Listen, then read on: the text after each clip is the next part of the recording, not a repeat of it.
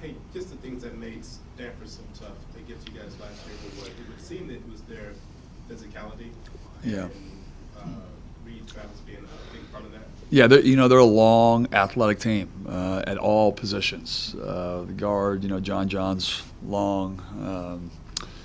Okpala's long. I mean, they got great length. Last year at their place, we fouled. They were aggressive. They were more aggressive than us. We put them on the foul line. It was 47-20 from the foul line. You're not going to win too many games when that's that type of discrepancy. So we got to do a better job defending without fouling. Obviously, Reed Travis was a big part of that. He got the ball in the high post and was able to attack really, really well.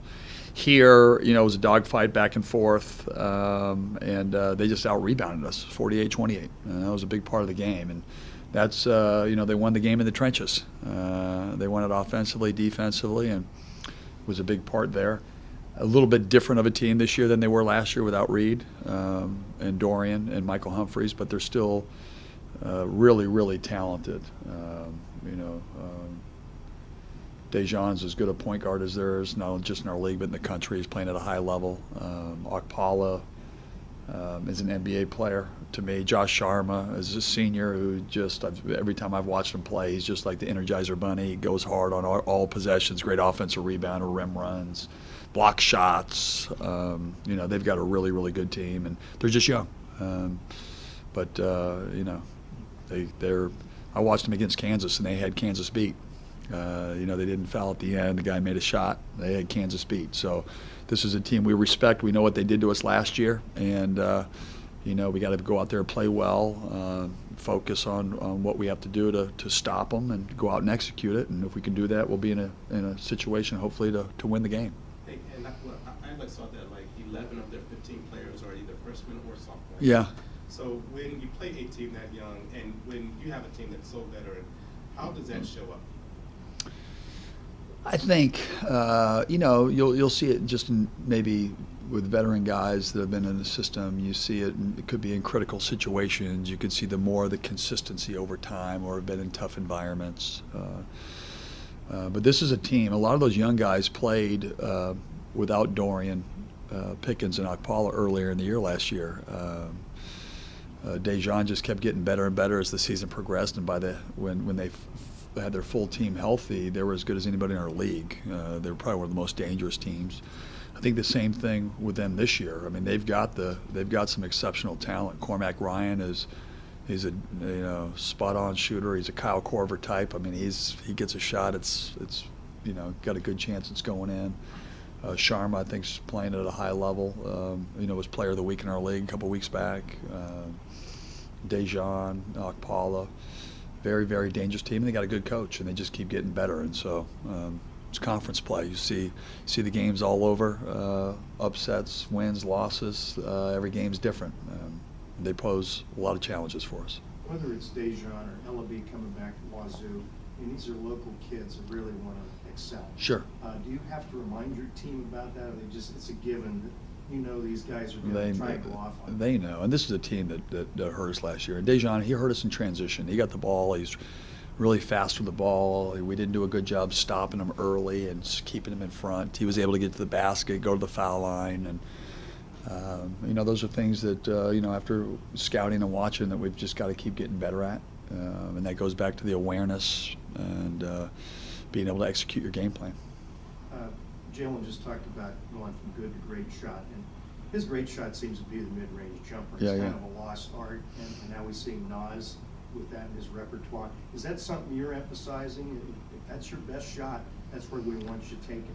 Well, the analytics are layups, dunks, and threes and foul shots, but I think Jalen Newell's as good of a mid-range shooter. He's like an old school Joe Dumars, Vinny J. They make that thing like it's automatic. Isaiah Thomas would just go to the baseline and pull up for 15, and it's an art. And it's something that I know with the coaches they work on every day. Don't settle for threes. If you can drive by them, they're both great drivers, both them and Nas, and they've got really good pull-up jump shots. Dom Green, I think he's got a really good pull-up jump shot. And it's part of their arsenal. When he says good to great, it's just, hey, listen, we can get good shots, but let's make that extra pass. Let's make that one more to get a great shot. And when we do that as a team, That's when we have those 10 assists, and we've made 10 threes on 10 assists there in the halves, and that's when we're at our best. Yeah, I was going to ask about the assist numbers coming up in conference play. Is the difference going from those good shots and seeing guys are making extra passes? I think so. I mean, we've got a lot of shots up since Christmas break, a lot of shots, a lot of work there. Our guys are sharing the ball.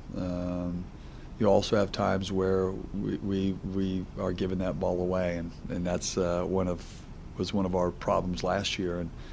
And when we do a better job of that, I felt like we had some outlet passes late in the Colorado game, dribbles off our leg, things that are self-inflicted wounds that we've got to get better at. But that assist to turnover ratio and trying to get a great shot rather than settling for a good shot is a big part of what can be our success. What steps have you seen from this group defensively through the first 3 games? Well, we were getting off to bad starts, and that defensively, offensively, and then all of a sudden in the league, we got off to 3 great starts. And I think when you get into league play and conference play, it's there's a little bit more energy in the building, energy on the road, familiarity, league titles, all those things that you're thinking about. And there's just maybe I shouldn't say maybe a little bit more locked in, but it's locked in. And I felt. Washington State, I thought we did a good job. They were playing horse from like the Space Needle on the court. I mean, sometimes that happens, but we were able to come with a win. At Utah, we did a really good job on Barefield and some of their top players, making sure that they were uncomfortable. We executed that right. In Colorado, I thought we did a good job for the most of the time. We fouled them a little bit too much, like Stanford, and they were able to stay in the game because they went to the foul line. They went 16 or 14 times in the first half.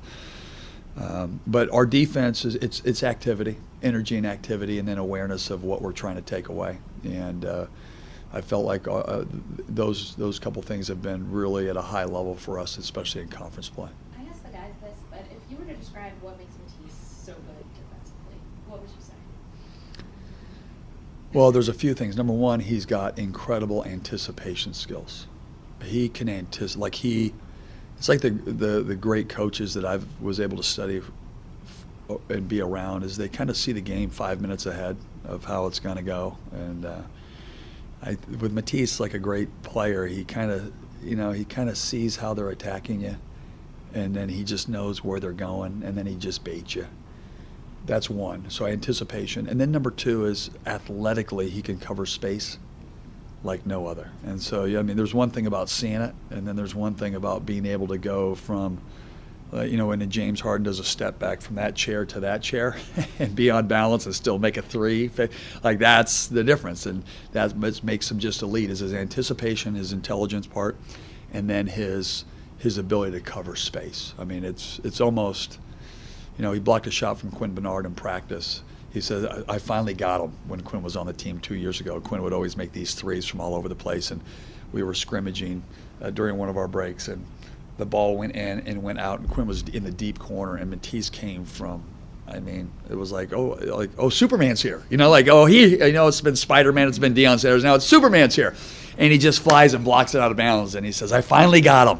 And it was a really cool story because, you just seeing that, it becomes a thing. Matisse has become a thing. The zone has become a thing. And when you have that, you've already you're winning the battle before the battle's even started. You know what? Dave's been getting a lot of work in. He's been getting a lot of shots. And, he's always been a scorer, a guy who could, he gets hot and can make shots. They talked about it when he had 32 at Utah a couple years back. And, he came in there. He's a confident player. And seeing that ball go in the way it has been is an incredible thing. It just gives you another piece. None of you, no one was at the Nevada game, but he had 20-something in that game. And when he's scoring and shooting, and I think the thing that what made it so great, it was all within the offense. His assist and turnovers were high and low, and he was running our team. And he's, again, we're an older team age-wise and in years, but we're still a year and a half together. And so he's getting more comfortable with what we're doing and how can I be a leader, sacrifice my game, and then also You know, what's a great shot for me? And we've always felt like, geez, when you see he shoots 26% from the three-point line, he's a way better shooter than that. You know, and that could be comfort, that could be a lot of different things, but he is playing as good as any guard that I've coached, shooting the ball, confidence-wise, game-changing wise. But I think it's all comes down to his work. He's been getting a lot of shots. You're seeing the results, and you're seeing the stats in his play. How is David as a leader? You know, is he a rah-rah guy? Is he? David is a guy. He's not, you know. If I say something, or the coaching staff says something, he makes sure it happens. In the locker room, on the court, off the court, he makes sure it happens. I think with on the court, I think he's in our emotional heartbeat. Like, he's the guy who's been diving on the floor. He takes a charge in transition. He gets those long rebounds on the weak side. He loves the moment, but it's his energy that's infectious to me. It gets back to him, you know, everybody talks about him being a child star, a child TV guy, the commercials. He's got that, you know, he's got that brightness to him. And, you know, the freshmen, all the way from freshmen all the way to seniors, embrace him.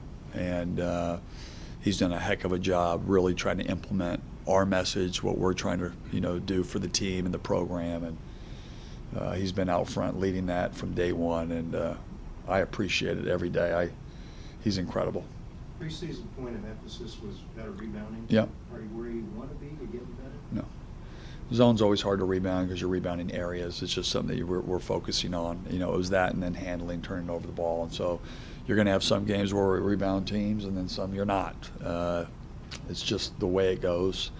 I think our rebounding numbers, like, you know, at Utah, they were playing physical. Jalen had 11, 12 rebounds. We've had those moments. It's just not, hasn't been as consistent as you want.